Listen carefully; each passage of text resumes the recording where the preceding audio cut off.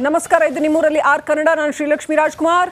ಇದೀಗ ಜಡ್ಜ್ ನಿವಾಸಕ್ಕೆ ಸೂರಜ್ ರೇವಣ್ಣ ಆಗಮಿಸಿದ್ದಾರೆ. ಹಾಸನದಿಂದ ಡೈರೆಕ್ಟ್ ಆಗಿ ಅವರನ್ನ ಜಡ್ಜ್ ಮುಂದೆ ಹಾಜರುಪಡಿಸಲಾಗಿದೆ. ಸೂರಜ್ ಹಾಜರುಪಡಿಸಲಾಗಿದೆ 42ನೇ ACMM ನ್ಯಾಯಾಧೀಶರ ಮುಂದೆ.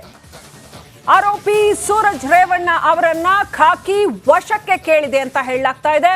ಹೆಚ್ಚಿನ ವಿಚಾರಣೆ ಆಗಬೇಕಾಗಿದೆ, ಹಾಗಾಗಿ ವಶಕ್ಕೆ ಬೇಕು ಅಂತ ಕೇಳಿದ್ದಾರೆ ಪೊಲೀಸರು.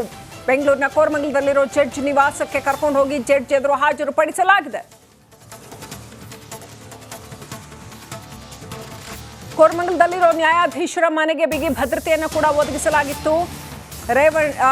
ಸೂರಜ್ ರೇವಣ್ಣ ಅವರನ್ನ ಹಾಸನದಿಂದ ಪೊಲೀಸರು ಕರ್ಕೊಂಡು ಬಂದ್ರು, ಜಡ್ಜ್ ನಿವಾಸಕ್ಕೆ ಕರ್ಕೊಂಡು ಬಂದ್ರು ಅಂತ ದೃಶ್ಯಗಳನ್ನ ನೋಡ್ತಾ ಇದ್ದೀರಾ.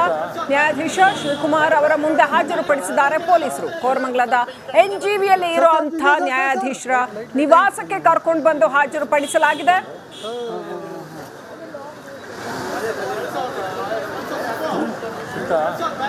ಸಖತ್ ಅಲರ್ಟ್ ಆಗಿದ್ದಾರೆ ಪೊಲೀಸರು. ಜಡ್ಜ್ ಮನೆ ಸುತ್ತಮುತ್ತ ಕೂಡ ಭದ್ರತಾ ವ್ಯವಸ್ಥೆಯನ್ನ ಬಿಗಿಯಾಗಿ ಮಾಡಲಾಗಿತ್ತು, ಅಲ್ಲೂ ಕೂಡ ಪೊಲೀಸರು ಸಖತ್ ಅಲರ್ಟ್ ಆಗಿದ್ದಾರೆ. ಅಟ್ ದ ಸೇಮ್ ಟೈಮ್ ಇಡೀ ಪ್ರಕರಣದಲ್ಲಿ ಪೊಲೀಸರು ಬಹಳ ತ್ವರಿತವಾಗಿ ವಿಚಾರಣೆಯನ್ನ ನಡೆಸ್ತಾ ಇದ್ದಾರೆ. ಸ್ವಲ್ಪವೂ ಸಮಯ ವೇಸ್ಟ್ ಮಾಡದೇ ಇರೋ ಹಾಗೆ ಪೊಲೀಸರು ವಿಚಾರಣೆಯನ್ನ ನಡೆಸ್ತಾ ಇದ್ದಾರೆ. ಇನ್ಸ್ಪೆಕ್ಟರ್ ನಟರಾಜ್ ನೇತೃತ್ವದಲ್ಲಿ ಅಲ್ಲಿ ಜಡ್ಜ್ ಮನೆ ಮುಂದೆ ಹೆಚ್ಚುವರಿ KSRPಗಳನ್ನ ಕೂಡ ಕರೆಸಿದ್ರು. ಅಪ್ಡೇಟ್ ಪಡ್ಕೊಳ್ಳೋಣ. ನನ್ನ ಸಹೋದ್ಯೋಗಿ ದಿವಿತ್ ಫೋನ್ ಕನೆಕ್ಟ್ ಆಗಿದ್ದಾರೆ. ದಿವಿತ್, ಜಡ್ಜ್ ಮನೆ ಮುಂದೆ ಹಾಜರುಪಡಿಸಿದ್ದಾರೆ ಅಂತ ಈಗ ಅವ್ರನ್ನ ಪೊಲೀಸರು ಕಸ್ಟಡಿಗೆ ಕೇಳ್ತಾರೆ ಅನ್ನೋದು ಕ್ಲಿಯರ್. ಕಸ್ಟಡಿಗೆ ಕೊಡ್ತಾರ? ಮುಂದಿನ ನ್ಯಾಯಿಕ ಪ್ರಕ್ರಿಯೆಗಳೆಲ್ಲ ಹೇಗಿರುತ್ತೆ? ಶ್ರೀಲಕ್ಷ್ಮಿ ನೋಡಿ, ಈಗಷ್ಟೇ ಜಡ್ಜ್ ಮನೆಗೆ ಕರೆದುಕೊಂಡು ಬರಲಾಗಿದೆ. ನೋಡಿ, J2C ಬ್ಲಾಕ್ ನಲ್ಲಿರುವಂತಹ ನ್ಯಾಯಾಧೀಶರಾದಂತಹ ಶಿವಕುಮಾರ್ ಅವರ ಮುಂದೆ ಏನು ಸೂರಜ್ ರೇವಣ್ಣ ಅವರನ್ನ ಹಾಜರುಪಡಿಸಲಾಗಿದೆ. ಕೋರಮಂಗಲದ NGVಯಲ್ಲಿ ಇರುವಂತಹ ನ್ಯಾಯಾಧೀಶರ ನಿವಾಸ ಇದು. ನೋಡಿ, ಈಗಾಗಲೇ ಯಾವಾಗ ಇಲ್ಲಿಗೆ ಬರ್ತಾರೆ ಅಂತ ಆಯ್ತು, ಬಿಗಿ ಬಂದೋಬಸ್ತನ್ನ ಏರ್ಪಡಿಸಲಾಗಿತ್ತು. ಒಂದಷ್ಟು ಜನ ಇಲ್ಲೂ ಕೂಡ ಬೆಂಬಲಿಗರು ಬರ್ತಾರೆ ಅಂದ್ರೆ ಆಶ್ಚರ್ಯ ಪಡಲೇಬೇಕಾದಂತ ಸುದ್ದಿ. ಈಗಾಗಲೇ ಅವ್ರನ್ನ ಪೊಲೀಸರು ಕಳಿಸುವಂತ ಕೆಲಸವನ್ನ ಮಾಡಿದ್ದಾರೆ. ಒಟ್ಟಲ್ಲಿ ಈಗ ಜಡ್ಜ್ ಮುಂದೆ ಕೂತು ಮಾತನಾಡುವಂತ ಕೆಲಸ ಆಗ್ತಾ ಇದೆ. ಈಗ ಮಾತನಾಡ್ತಿದ್ದಾರೆ. ಒಳಗಡೆ ಒಂದಷ್ಟು ಜನ ಪೊಲೀಸ್ ಸಿಬ್ಬಂದಿಗಳು ಕೂಡ ಇದ್ದಾರೆ. ನೋಡಿ, ಅಲ್ಲಿ ಸಕಲೇಶ್ಪುರ DYSP ಕೂಡ ಅದರೊಳಗಡೆ ಇದ್ದಾರೆ. ಈಗಾಗಲೇ ಏನಾಗ್ಬೋದು ಅನ್ನುವಂಥದ್ದೇ ಕುತೂಹಲ. ನೀವು ಹೇಳ್ತಾ ಇದ್ದೀರಿ ಪೊಲೀಸ್ನವರು ನೀವು ಹೇಳಿದ ಹಾಗೆ ಒಂದಷ್ಟು ತನಿಖೆ ಬಾಕಿ ಇರೋದ್ರಿಂದ, ಅಂದ್ರೆ ಬಾಕಿ ಇರೋದಕ್ಕಿಂತ ಇನ್ನೂ ತನಿಖೆ ಆರಂಭ ಆಗಬೇಕಾಗಿರೋದ್ರಿಂದ ಒಂದು 3 ದಿನ ಪೊಲೀಸರು ಕಸ್ಟಡಿಗೆ ಕೇಳುವಂತ ಸಾಧ್ಯತೆ ಇದೆ.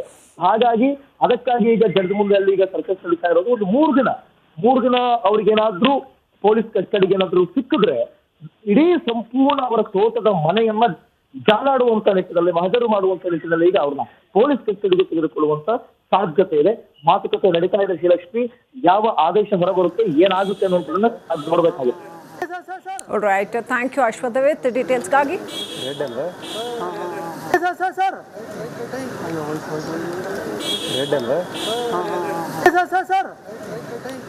ಜಡ್ಜ್ ಮನೆಗೆ ಕರ್ಕೊಂಡೋಗಿ ಅಲ್ಲಿ ಜಡ್ಜ್ ಎದುರು ಸೂರಜ್ ರೇವಣ್ಣ ಅವ್ರನ್ನ ಹಾಜರುಪಡಿಸಲಾಯಿತು.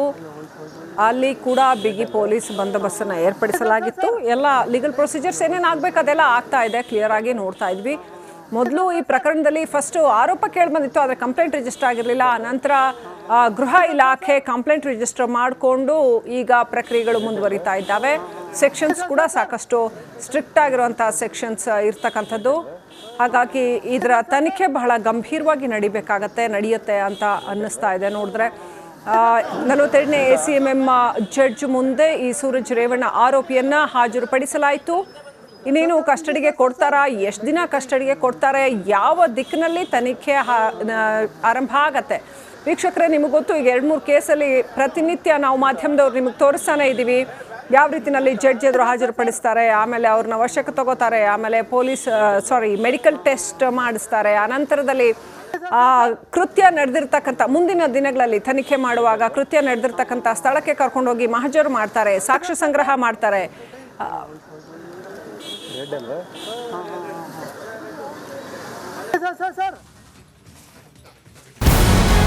ನಮಸ್ಕಾರ, ಕರ್ನಾಟಕ ಪ್ರೈಮ್ ಟೈಮ್ಗೆ ಸ್ವಾಗತ.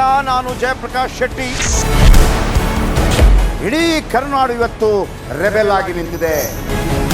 ಈ ಹಗರಣಗಳನ್ನು ಸದನದಲ್ಲಿ ಪ್ರಸ್ತಾಪ ಮಾಡಲು ಕೂಡ ಕಾಂಗ್ರೆಸ್ ಹಿಂದೇಟು ಹಾಕಿದ್ದೇಕೆ? ನಿಮ್ಗೆ ಸಂಬಳ ಅದಕ್ಕೆ, ನಿಮಗೆ ವಾಹನ ಅದಕ್ಕೆ, ನಿಮಗೆ ವೆಪನ್ ಅದಕ್ಕೆ, ನೀವು ಅದನ್ನು ಸೆರೆ ಹಿಡಬೇಕಾಗಿತ್ತು. ನೀವು ವಿದ್ಯುತ್ ಬರ ಇದೆ ಅಂತ ಹೇಳ್ತಾ ಇದ್ದೀರಿ, ಎಲ್ಲಿ ಬರ ಇದೆ ನೀವು ಹೇಳಬೇಕು. ಪಾಕಿಸ್ತಾನ್ ಆಕ್ಯುಪೈಡ್ ಕಾಶ್ಮೀರ್ ಅದು ಎಂದೆಂದಿಗೂ ನಮ್ಮದು. 40 ಮೆಷಿನ್ಗಳು ತಂದಿತ್ತು ನೋಟ್ ಎಣಿಸುವುದಕ್ಕೆ, ಅದೇ ಹಾಳಾಯಿತು. ಮಥುರಾದ ಗಲಾಟೆ ಇದೆಯಲ್ಲ, ಅದು ಸ್ಥಳೀಯವಾಗಿ ಕೂತು ಪರಿಹರಿಸಬಹುದಾದಂಥ ಕಾನೂನಿದೆ.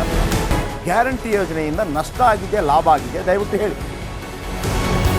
Dawood Ibrahim most wanted criminal ಯಾವಾಗಾದ ಅಂದರೆ ಇಲ್ಲಿ ತನಕ ಭಾರತ ದೇಶದಲ್ಲಿ ಓರ್ವ ದಲಿತ ಪ್ರಧಾನಿಯಾದಂಥ ಇತಿಹಾಸವೇ ಇಲ್ಲ. ರಿಪಬ್ಲಿಕ್ ವರ್ಲ್ಡ್ ಆಪ್ ಇದು ಕೇವಲ ಅಪ್ಲಿಕೇಶನ್ ಅಲ್ಲ, ಸಮಗ್ರ ಸುದ್ದಿಗಳ ಸಂಪರ್ಕ ಮಾರ್ಗಕ್ಕೆ ಕ್ರಾಂತಿಕಾರಿ ಬದಲಾವಣೆ.